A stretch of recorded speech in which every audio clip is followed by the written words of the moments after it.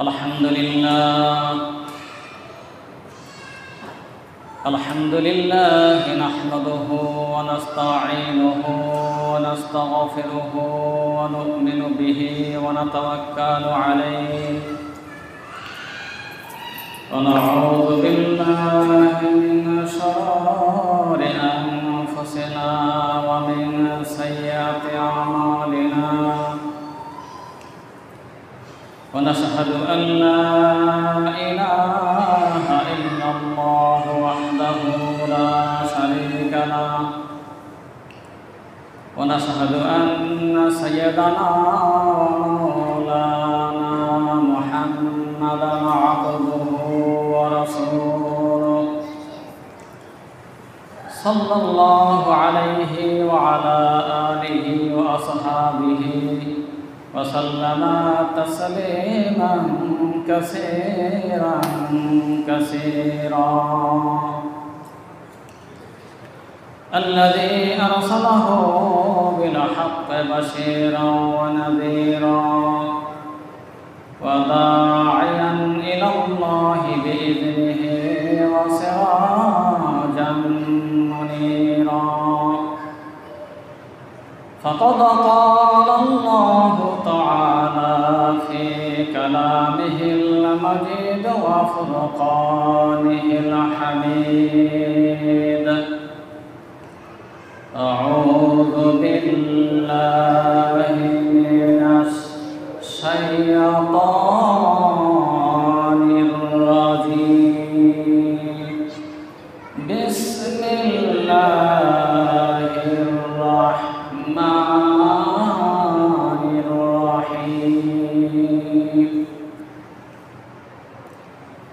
قل هل يستوي الذين يعلمون والذين لا يعلمون إنما يتذكر أولو الألباب وقال الله تعالى إن الله وملائكته يصلون على النبي يا أيها الذين آمنوا صلوا عليه وسلموا تسليما اللهم صل على سيدنا مولانا محمد وعلى آل سيدنا مولانا محمد اللهم صل على سيدنا مولانا محمد وعلى آل سيدنا مولانا محمد هو سيد الكونين والثقلين والفريقين من عرب ومن عجم بلغ العلا بكماله كشف الدجى بجماله حسنت جميع خصاله صلوا عليه وآله نبينا الآمر الناهي فلا أحد أبر في قول لا منه ولا نعم بلغ العلا بكماله كشف الدجى بجماله حسنت جميع خصاله صلوا عليه وآله উপস্থিত কলমের সাল বাইতুল নিজাম জায়ে মসজিদে আগত সকল সম্মানিত মুসল্লিয়ানে কেরাম এবং বাসায় অবস্থানরত আমার মা ও বোনেরা, সকলের প্রতি পুনরায় আমার পক্ষ থেকে সালাম রইল। আসসালামু আলাইকুম ওয়া রাহমাতুল্লাহ। মহান রব্বুল আলামিনের দরবারে অসংখ্য শুকরিয়া জ্ঞাপন করছি যে আল্লাহ রব্বুল আলামিন তার অসংখ্য বান্দাদের মধ্য থেকে আপনাদেরকে ও আমাকে আল্লাহ তাআলা তার মহান হুকুম সালাতুল জুমআ আদায়ের উদ্দেশ্যে তারই ঘর এই মসজিদে আসার, বসার এবং দুটি কথা বলার এবং শোনার যে আল্লাহ সুযোগ করে দিলেন, ওই মহান মাবুদের দরবারে সকলে প্রাণ খুলে বলি আলহামদুলিল্লাহ। সম্মানিত উপস্থিতি,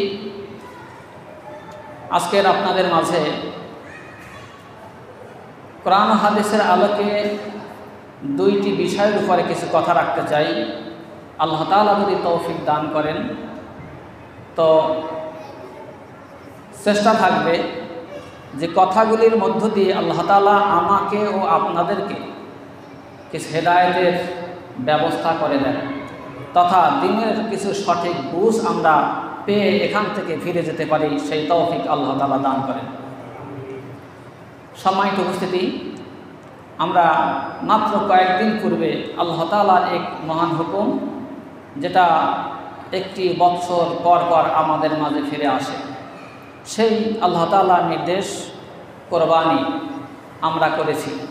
আল্লাহ তাআলা তার বান্দাদের মধ্য থেকে যাদেরকে কোরবানি দেওয়ার মতো আর্থিক সচ্ছলতা দান করেছেন, তারা আল্লাহ তাআলার সন্তুষ্টি অর্জনের উদ্দেশ্যে সর্বাত্মক চেষ্টা করেছেন আল্লাহ তাআলার এই হুকুম তথা কোরবানি করার ব্যাপারে।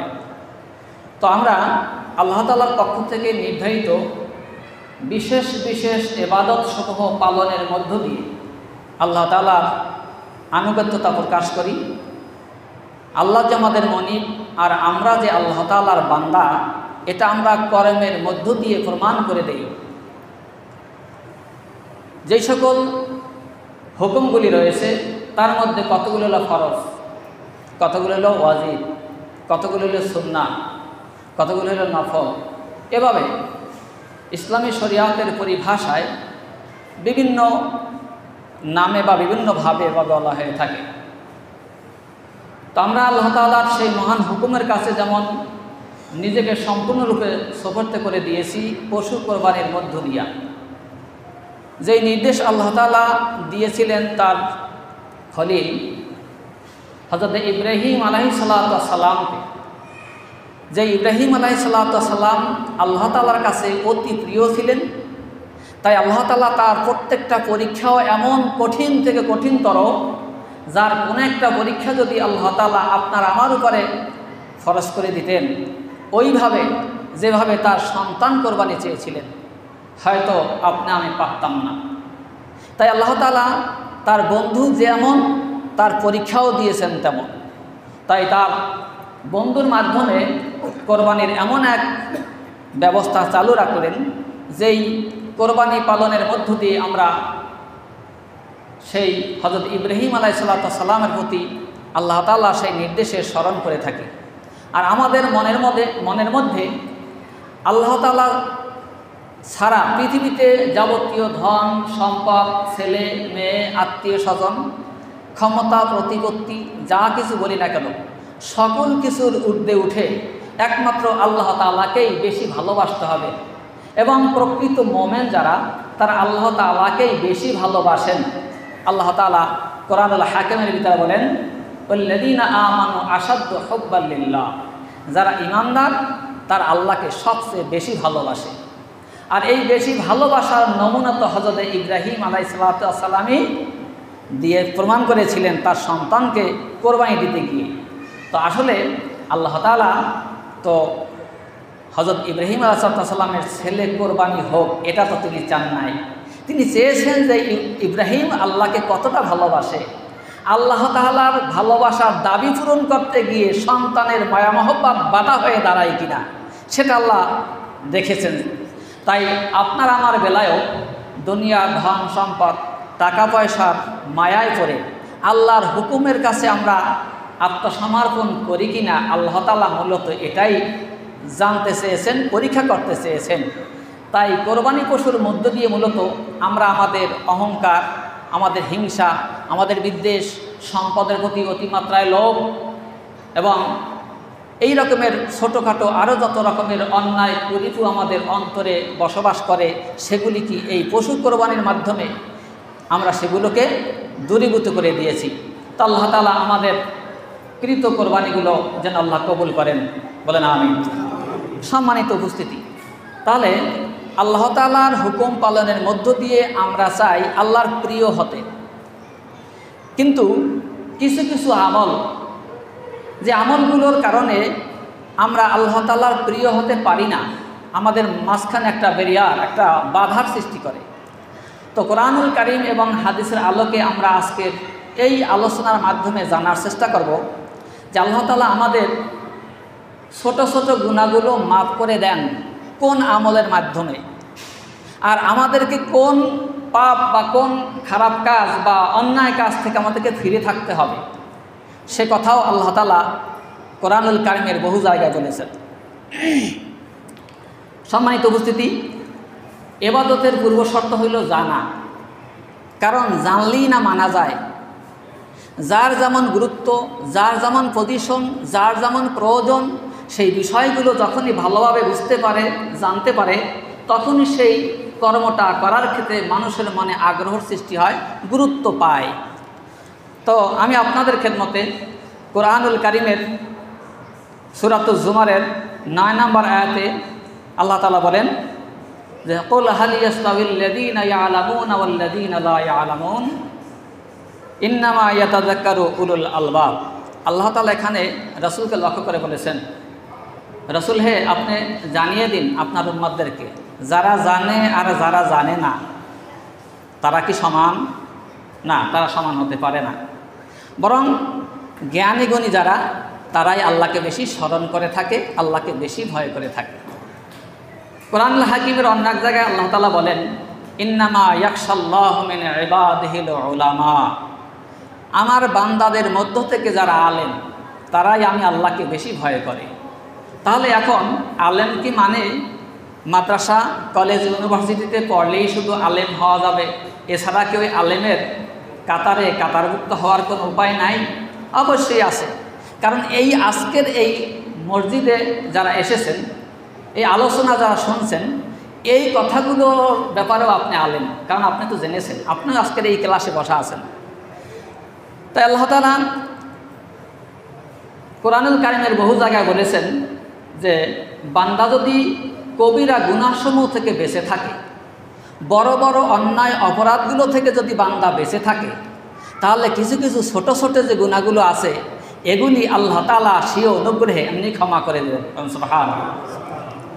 দেখুন, এ মর্মে আল্লাহ তাআলা কোরআনুল কারীমের 4 নম্বর সূরা নিসার 31 নম্বর আয়াতে আল্লাহ তাআলা বলেন,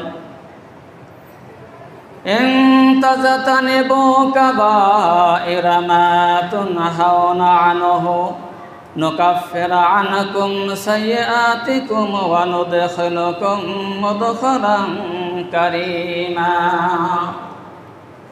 আল্লাহ তাআলা এখানে তাকিদ দিয়ে, নিশ্চয়তা দিয়ে বলছেন, এখানে ইন তাজতানিবু, যদি তোমরা বিরত থাকো, যদি তোমরা ফিরে থাকো, যদি তোমরা না করো কাবায়েরা, বড় বড় পাপ, কবিরা গুনাহ, বড় বড় অপরাধ থেকে যদি তোমরা বিরত থাকো, মা তুনহাউনা আনহু, যেই সকল বড় বড় গুনাহের কাছ থেকে তোমাদেরকে ফিরে থাকতে বলা হয়েছে, তাহলে কি হবে?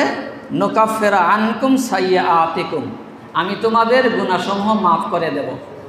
সুবহানাল্লাহ। শুধু মাফ করে দেব, মাফ করেই ছেড়ে দেব না, ওয়া নুদখিলুকুম মুদখালান কারীমা, আমি তোমাদেরকে সম্মানজনক স্থানে তথা বেহেশতে প্রবেশ করাবো। সুবহানাল্লাহ। তাহলে বড় বড় গুনাহসমূহ থেকে যদি বিরত থাকি, শর্ত, তাহলেই আল্লাহ আমাদের সাইয়্যাতিকুম, তোমাদের গুনাহসমূহ, তাহলে এই গুনাহ কোন গুনাহ? এই অপরাধ কোন অপরাধ? এটা হইল ছোট ছোট অপরাধ, ছোট ছোট গুনাহ, এগুলো যেগুলি সাধারণত আপনারা এবং আমি বা আমি আপনারা যেগুলো আমাদের খেয়ালে বেখেয়ালে হয়ে থাকে সাধারণত, এ ধরনের ছোট ছোট গুনাহ আল্লাহ তাআলা নিজের থেকেই বান্দাকে মাফ করে দেবেন বলে এখানে বলেছেন, যদি আমরা বড় বড় গুনাহ থেকে বিরত থাকি। আল্লাহ তাআলা 42 নম্বর সূরা সূরাতুশ শুআরা, সূরা আশ-শুআরার 37 নম্বর আয়াতে আল্লাহ তাআলা একই কথা আবারও বলেছেন, ওয়াল্লাযীনা ইয়াজতানিবুনা কাবাইরাল ইসমি ওয়াল ফাওয়াহিশা ওয়া ইযা মা গাদাবু হুম ইয়াগফিরুন। আল্লাযীনা যারা, ইয়াজতানিবুনা বিরত থাকবে, ফিরে থাকবে, কাবাইরাল ইসমি বড় বড় অপরাধ থেকে, ওয়াল ফাওয়াহিশা এবং অশ্লীল কর্মকাণ্ড থেকে, অশ্লীল ক্রিয়াকলাপ থেকে যারা বেঁচে থাকবে, আর ওয়াইজা মা গদাবু হুম ইয়াগফিরুন, আর যখন তারা রাগান্বিত হয়ে যায় কোনো ব্যাপারে রাগ হইলে পরে সেইটার প্রতিশোধ নেওয়ার একটা মনের ভিতরে তীব্র স্পিরিট তৈরি হয়, একটা প্রতিশোধের আগুন জ্বলতে থাকে মনের মাঝে। তাই এই মন মেজাজ খারাপ হইলে পরে, গরম হইলে পরে, এই অবস্থায় কারো প্রতি প্রতিশোধ না নিয়ে বরং তাকে যদি ক্ষমা করে দেয়, এই গুণটা যদি তার ভিতরে থাকে, এই রকমের যদি কাজ করতে পারে, তাহলে আল্লাহ তাআলা তাকে মাফ করে দেবেন, তার গুনাহ সগীরাগুলো আল্লাহ তাআলা মাফ করে দেবেন।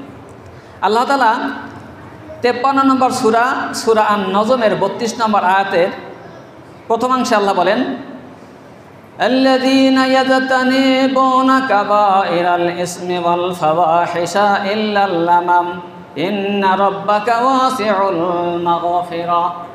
আল্লাহ তাআলা এই সূরা আন-নজমের 32 নম্বর আয়াতের প্রথমাংশে ঠিক একই কথা বললেন, আল্লাযীনা ইয়াজতানিবুনা কাবাইরাল ইসম, যারা বড় বড় গুনাহ থেকে বিরত থাকবে, ওয়াল ফাওয়াহিশা এবং অশ্লীল কর্মকাণ্ড, অশ্লীলতার সাথে সংশ্লিষ্ট সম্পৃক্ত যত ধরনের কর্মকাণ্ড আছে, এই সকল কর্মকাণ্ড থেকে যারা বিরত থাকবে তাদের গুনাহসমূহ আল্লাহ তাআলা মাফ করে দেবেন।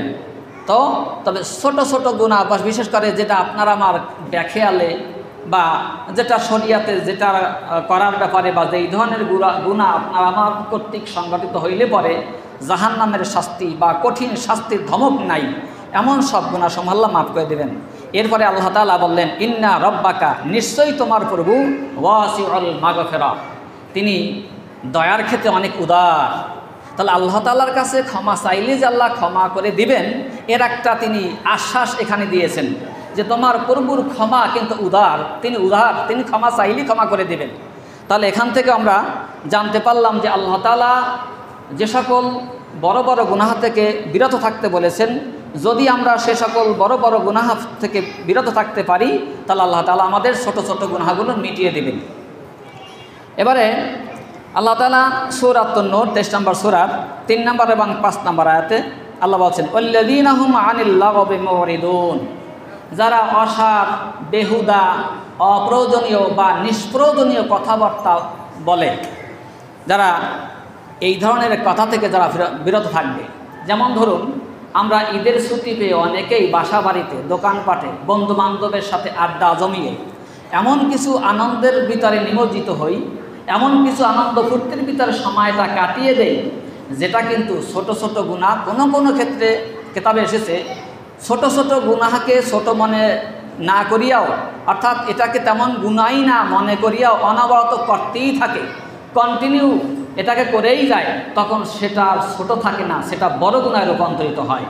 তো এমন সব গুনাহে কিন্তু আমরা অধিকাংশ মানুষই লিপ্ত।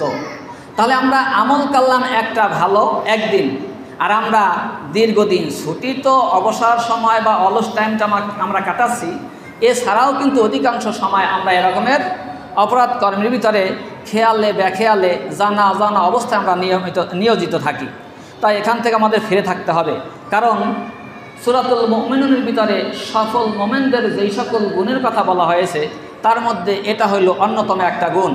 এজন্য আপনারা লক্ষ্য করে দেখবেন, আল্লাহ তাআলার প্রিয় বান্দা যারা, বিশেষ করে আমাদের কাছে ওলিয়া উলিয়ায়ে কেরাম, হক্কানি আলেম বলে যাদেরকে আমাদের অন্তর সাক্ষ্য দেয় বা আমরা চিনে জেনে থাকি, দেখবেন তারা কিন্তু প্রয়োজনীয় কথা ছাড়া অপ্রয়োজনীয় একটা কথাও তারা বলেন না।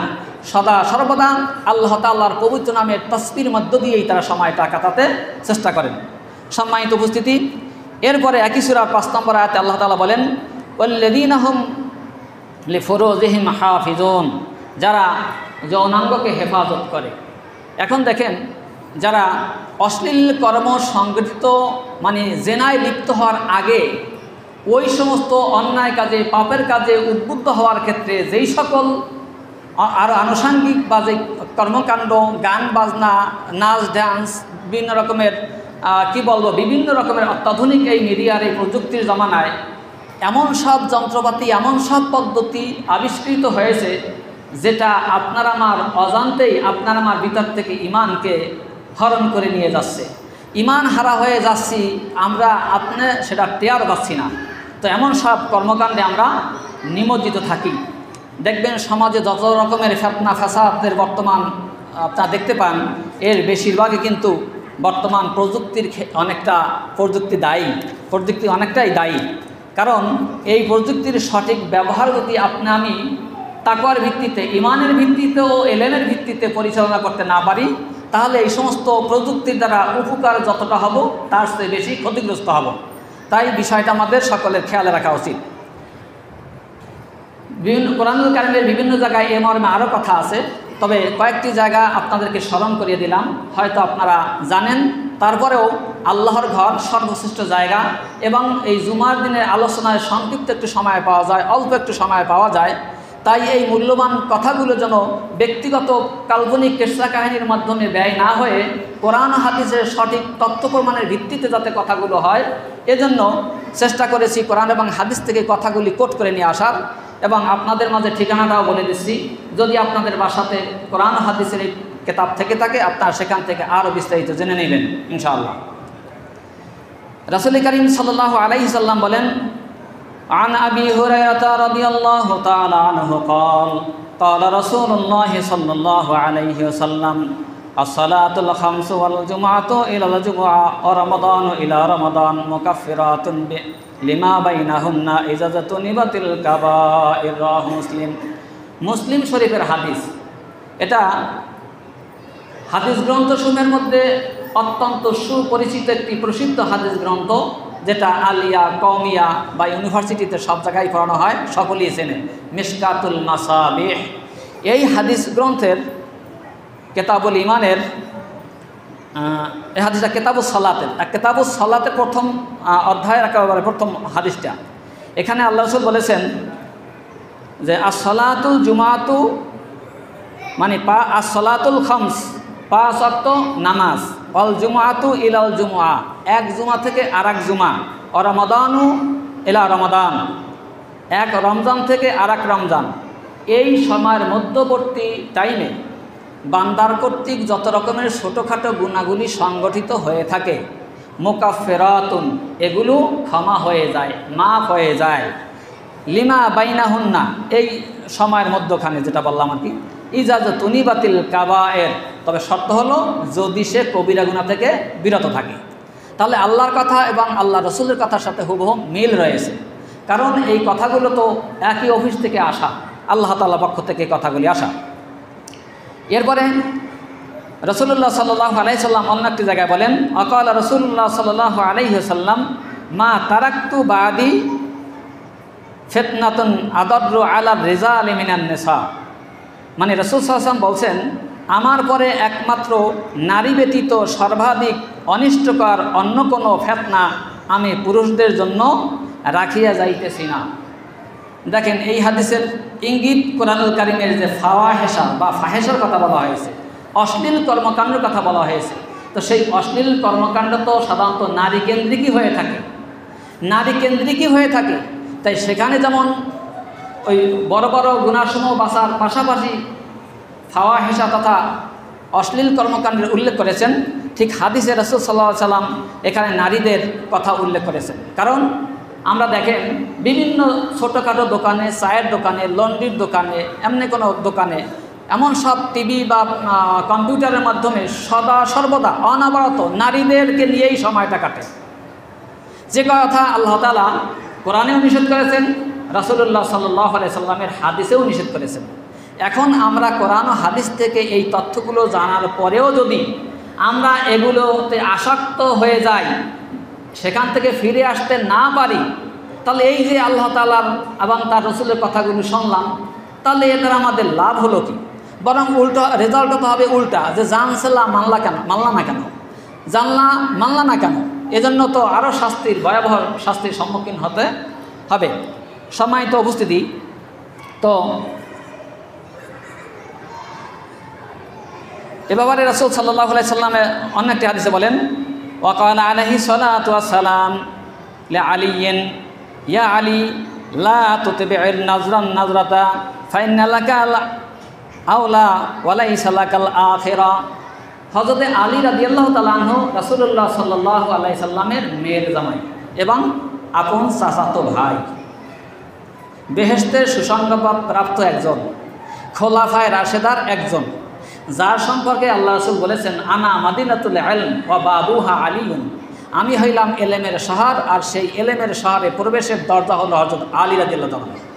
তাহলে সে আলী সম্পর্কে আল্লাহ রাসূল বললেন, হ্যাঁ আলী, তুমি পথ চলতে গিয়ে যদি কোনো বেগানা কোনো পরনারীর প্রতি তোমার দৃষ্টি পড়ে যায়, তাহলে প্রথম দৃষ্টি তোমার পক্ষে, তার মানে সেটা আল্লাহ মাফ করে দিবেন, কিন্তু দ্বিতীয় দৃষ্টি তোমার পক্ষে থাকবে না, তার মানে সেখান থেকে তোমাকে হেফাজত করতে হবে দৃষ্টিকে। তাহলে লক্ষ্য করুন, পথে ঘাটে চলতে গিয়ে অসাবধান বশত বেখেয়ালে কোনো নারীর প্রতি দৃষ্টি পড়তেই পারে। তো সেক্ষেত্রে হযরত আলীর ব্যাপারে আল্লাহ রাসূলের বক্তব্য হইল এই, আর আপনি আমি মিডিয়ার সামনে মাত্র কয়েক গজের ব্যবধানে তার যাবতীয় সৌন্দর্য উপভোগ করতেছি আর সময় কাটাইতেছি, আর এর নাম হচ্ছে আধুনিকতা, এটার নাম হচ্ছে মডার্ন, এর নাম হচ্ছে রোমান্টিকতা। আমার মাঝে মাঝে অত্যন্ত চিন্তাশীল হয়ে পড়ি যে আমরা মুসলমানেরা আলেমরা পর্যন্ত বিভিন্ন প্রতিষ্ঠানের প্রচার করতে গিয়ে বলি ইসলামিক ও আধুনিক শিক্ষার সমন্বয়। আমি বিভিন্ন বই পুস্তকে তথ্যপত্রের ভিত্তিতে দেখেছি এই আধুনিকতা শুরু হয়েছে কখন থেকে, এবং আধুনিকতার যে বেহায়াপনা, অশ্লীলতা, এটা আসলে জুমার দিনের এই সংক্ষিপ্ত সময়টা বলা কখনো সম্ভব না। একমাত্র ইসলামই হয়েছে আধুনিকতা।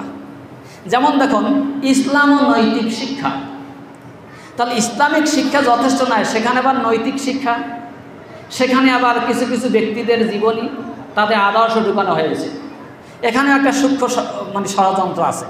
ঠিক এমনিভাবে ইসলাম ও আধুনিক শিক্ষা, এটা আমরা আলেমরা পর্যন্ত বেখেয়াল বেমালুম ভুলে গেছি, কারণ এই তথ্য এত গভীরে তো সবার পক্ষে যাওয়া সম্ভব না।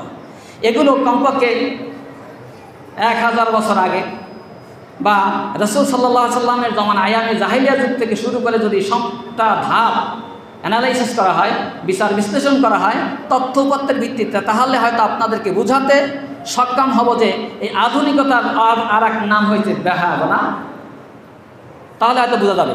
তা সম্মানিত উপস্থিতি, তো আপনারা নিশ্চয়ই হাদিস থেকে বুঝতে পেরেছেন হযরত আলী রাদিয়াল্লাহু তাআলা আনহুকে চলার পথে সাধারণ দৃষ্টির ক্ষেত্রেও এতটা সতর্ক করেছেন। তাহলে আপনি আমি সেই নবীর উম্মত হওয়া সত্ত্বেও কীভাবে স্থির দৃষ্টিতে বসে বসে নানান রকমের এই সৌন্দর্য উপভোগ করে চিত্তবিনোদনের নামে সময়টা কাটাই, আল্লাহ তাআলার কাছে কি আমাদের হাজির হইতে হবে না? এটা অবশ্যই। কেউ কেউ হয়তো মনে করেন এগুলো না হইলে তো আমার দোকানই চলে না, কাস্টমার আসে না। মিথ্যা কথা, অভ্যাস হয়ে গেছে। এই অভ্যাস হয়ে গেছে, সেই জন্য অভ্যাসের দাস হয়ে গেছে। দেখুন এর প্রক্রিয়াটা কি, আল্লাহ তাআলা বলছেন সূরাতুল বাকারার 168 এবং 69 নম্বর আয়াতে। আমি তথ্য দিয়ে কথা বলছি, চাইলে আপনারা বাসায় বসে কিতাব যাচাই করে নিতে পারেন। আল্লাহ বলছেন ওয়ালা তাত্তাবিউ খুতুওয়াতিশ শাইতান ইন্নাহু লাকুম আদুউম মুবিন। তোমরা শয়তানের পদাঙ্ক অনুসরণ করিও না, নিশ্চয়ই সে তোমাদের প্রকাশ্য শত্রু। কার সম্পর্কে বলছে? ইবলিস, শয়তান সম্পর্কে। সে আমাদের শত্রু। এ কথা আল্লাহ তাআলা কোরআনের বহু জায়গায় বলেছেন। এখন ইবলিস শয়তান আমাদের প্রকাশ্য শত্রু, কই প্রকাশ্য তো দেখা যায়, আমরা তো দেখি না। তাহলে কি আল্লাহর কালাম মিথ্যা? না, আপনি আমি এই চর্মচক্ষে দেখি আর না দেখি, কোরআনে যেহেতু আল্লাহ বলেছেন তাই এটাই সত্য। আমাদের মাথার উপরে ফ্যান ঘুরতেছে, শরীরে বাতাস লাগতেছে, এখান থেকে না দেখেও যেমন 100% বিশ্বাস রাখি যে এই যে ঠান্ডা বাতাস লাগতেছে, এটা আমার বাতাস ধইরা দেখাবার মতও না, আর দেখানোর প্রয়োজনও নাই। তা আল্লাহ যেহেতু বলেছেন শয়তান আমাদের প্রকাশ্য শত্রু, সে প্রকাশ্যই শত্রু, সে আমাদের কখনো বন্ধুত্বের আচরণ করবে না। আল্লাহ তাআলা সামনে আয়াতে কি বলছেন শোনেন, ইন্নামা ইয়া'মুরুকুম বিস-সু'i ওয়াল ফাহশা ওয়ান তাকুলু আলাল্লাহি মা লা তা'লামুন। শয়তান যেহেতু তোমাদের প্রকাশ্য শত্রু, তাই শয়তানের কাজটা হলো ইন্নামা ইয়া'মুরুকুম বিসসুই ওয়াল ফাহশা, সে কেবলই মাত্র তোমাদেরকে খারাপ কাজের, অন্যায় কাজের আর ফাহশা মানে অশ্লীলতার দিকে তোমাদেরকে উদ্বুদ্ধ করে, ধাবিত করে, পরামর্শ দেয়, তোমাকে সবসময় চেতনা ফিরিয়ে দেয় এই অশ্লীল কর্মের দিকে। তাহলে দেখেন কোরআনের কথার সাথে হাদিসের কথার কতটাই মিল, কারণ আল্লাহ এবং আল্লাহ রসুলের কথাই দিনের কথা, তাই দিনের কথা রকমের বৈপরীত্য থাকতে পারে না। যদিও কিছু কিছু ক্ষেত্রে আপনার আমার আপাতত দৃষ্টিতে বৈপরীত্য মনে হলেও সেটা তথ্য বিশ্লেষণ করলে পরে দেখা যায় একই কথা, এর ভিতরে তেমন কোনো পার্থক্য নেই। এরপরে এতক্ষণ আল্লাহ তাআলা সেই বড় বড় গুনাহ থেকে বিরত থাকার কথা বলেছেন, রাসূল করিম সাল্লাল্লাহু আলাইহি ওয়াসাল্লামের হাদিস থেকেও জানতে পারলাম। এখন সংক্ষিপ্ত পরিসরে একটু জানা দরকার, তাহলে বড় বড় গুনাহগুলো কি? কারণ আমরা যদি না জানি তা ফিরে থাকবো কেমনে? বড় গুনাহগুলি জানা দরকার। দেখুন এই বড় বড় গুনাহগুলো আমার মতো আপনার মতো বললেই তো হবে না। আল্লাহ তাআলা বলেছেন, রাসূল বলেছেন, এবং কোরআন এবং হাদিসের আলোকে বিজ্ঞ ওলামায়ে কেরাম, সাহাবায়ে কেরাম, তাবেঈন, তাবেঈন তথা ইলমে দ্বীনের ব্যাপারে যারা পণ্ডিত, এই সমস্ত ব্যক্তিরা যে কথা বলেছেন, বিশেষ করে হাদিসের মাধ্যমে মিশকাতুল মাসাবিহের বাবুল কাবায়ের ওয়া আলামাতুন নিফাক একটা অধ্যায় রয়েছে, কবিরা গুনাহসমূহের মানে অধ্যায় আর কি, যে কবিরা গুনাহ ও নিফাকের নিদর্শনসমূহের অধ্যায়। এখানে 12টি হাদিস রয়েছে। তো সেখান থেকে আমি আপনাদের মাঝে একটি হাদিস উল্লেখ করে শোনাব। তো প্রথমে এইখানে অন্তত 12 জন বিজ্ঞ ওলামায়ে কেরাম কবিরা গুনার যে সংজ্ঞা দিয়েছেন, যে পরিচিতি দিয়েছেন, সব তো আর এই সংক্ষিপ্ত সময় বলা সম্ভব না। তা আমি আপনাদেরকে একটি কথা এখান থেকে শোনাবো, ওই 12টির মধ্য থেকে একটি। যে সকল গুনাহ নামাজ, রোজা, যাকাত, হজ ও অন্যান্য নেক আমল দ্বারা ক্ষমা হয় না, যে সকল গুনাহ বা অপরাধ নামাজ, রোজা, হজ, যাকাত ও অন্যান্য নেক আমলের দ্বারা মাফ হয় না, এমন সব গুনাহগুলোই হলো কবিরা গুনাহ। কথাটা বুঝতে পেরেছেন? যেহেতু আল্লাহ তাআলা বহু জায়গায় বলেছেন নেক আমলের দ্বারা ছোট ছোট গুনাহকে, পাপকে আল্লাহ মিটিয়ে দেন, তাহলে নেক আমলের দ্বারা যে সকল গুনাহ মাফ হয় না এগুলোই হলো বড় গুনাহ। বড় বড় গুনাহগুলো থেকে মাফ পাইতে হলে আল্লাহ তাআলার কাছে তাওবা করতে হবে। এবারে এমন আল্লাহ তাআলা কোরআনে এক আয়াতে বলছেন, ইন্নাল হাসানাত ইউযহিবনাস সাইয়্যাত, নিশ্চয়ই নেক সমূহ পাপকে মিটিয়ে দেয়। তাহলে ওই আলেমদের সংজ্ঞার সাথে আয়াতের মিল আছে। ইন্নাল হাসানাত, নিশ্চয়ই নেক আমল সমূহ, ইউযহিবনাস সাইয়্যাত, ছোট ছোট গুনাহগুলোকে মিটাইয়া দেয়, তার মানে ক্ষমা করিয়ে দেয়, মাফ করিয়ে দেয়। তাহলে বোঝা গেল যে সকল আমলের মাধ্যমে ছোট ছোট গুনাহ মাফ হয়ে, মানে গুনাহ মাফ হয়ে যায় যেগুলো, ওগুলো ছোট গুনাহ, আর যেগুলো মাফ হয় না এগুলো বড় গুনাহ। তো কবিরা গুনাহ এ মর্মে রাসূল করিম সাল্লাল্লাহু আলাইহি সাল্লামের অসংখ্য হাদিসের মধ্যে থেকে একটি হাদিস আপনাদের সামনে উল্লেখ করছি। ওয়ান আবি হুরায়রা রাদিয়াল্লাহু তাআলা আনহু قال قال رسول الله صلى الله عليه وسلم اجتنبوا السبع الموبقات قالوا يا رسول الله وما هن قال الشرك بالله والسحر وقتل النفس التي حرم الله إلا بالحق وأكل الربا وأكل مال اليتيم وتولى يوم الزحف। তো এখানে 7টি ধ্বংসকারী বা মারাত্মক ক্ষতিকর বা বড় ধরনের পাপ থেকে আল্লাহ রাসূল সাল্লাল্লাহু আলাইহি সাল্লাম বিরত থাকতে বলেছেন। আল্লাহ রাসূল বলছেন, এই যে তানিবুস সাবাল মুবিকাত, 7টি ধ্বংসশীল বড় বড় অন্যায় থেকে তোমরা বিরত থাকো, বেঁচে থাকো। ক্বালু, সাহাবায়ে কেরাম এ কথা শুনে জিজ্ঞাসা করলেন, ইয়া রাসূলুল্লাহ, হে আল্লাহ রাসূল, মা হুন্না, সেই বড় বড় 7টা গুনাহ কি বা ধ্বংসশীল কাজ কি? ক্বালা, আল্লাহ রাসূল বললেন, আশ-শিরকু বিল্লাহ, এই বড় বড় যত রকমের পাপ আছে, গুনাহ আছে, তার ভিতরে গুরুতর অপরাধ হলো আল্লাহর সাথে শিরক করা, শিরক বিল্লাহ। ওয়াস-সিহর, এবং জাদুটোনা করা। ওয়াকাতল নাফসাল্লাতী হারামাল্লাহ ইল্লা বিল হক, অর্থাৎ আল্লাহ তাআলার বিধান অনুযায়ী যাকে হত্যা করা যায়, এই বিধান ব্যতি রেখে যারা ইচ্ছা করে নিজের মতো করে শত্রুতার ঝাল মিটানোর জন্য, প্রতিশোধ নেওয়ার জন্য নানাভাবে মানুষকে হত্যা করে থাকে, এমন অন্যায় করা মানে কবিরা গুনাহ। ও আকালার রিবা, এবং সুদ খাওয়া, সুদ খাওয়া, এই সমস্ত ওয়াজ কি চলে? সুদের ব্যবস্থা করছে সরকার স্বয়ং নিজে, সকল ব্যাংক ব্যবস্থা সুদের নেতৃত্ব দেয়। এই সমস্ত কথার বিশ্লেষণ করতে গেলে এক কথার বিশ্লেষণ লাগবে কয়েক ঘন্টা। শুধু এতটুকুই আপনাদেরকে স্মরণ করিয়ে দিতে চাই, আল্লাহর কথা হইল এই, রসুলের কথা হইল এই, সরকারের কথা হইল ওই। এখন আপনি কোনটা মানবেন, কতটুকু মেনে চলতে পারবেন, সেটা আপনার বিবেকের কাছে প্রশ্ন রাখেন এবং বেঁচে থাকার চেষ্টা করেন। এরপরে ও আকালা মালেল ইয়াতিম, এতিমের সম্পদ বক্ষণ করা, ও তাওয়াল্লা ইয়ামাল জাহফে, আর যুদ্ধের ময়দান থেকে পলায়ন করা।